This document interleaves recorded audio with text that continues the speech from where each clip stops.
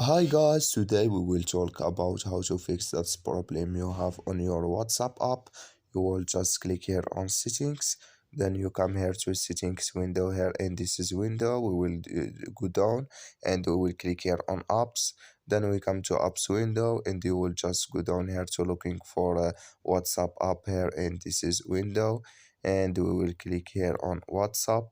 Then we come to this is window here app info. We will click here on for stop and we will click here on OK, and you just click here on storage. Then you come to storage window. You will click here on clear cache.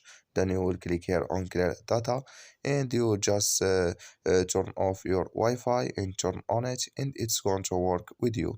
So that's all you have to do. You just follow this is way and it's going to work with you. Thank you for your watching. Don't forget to support us by like and subscribe and see you in next video.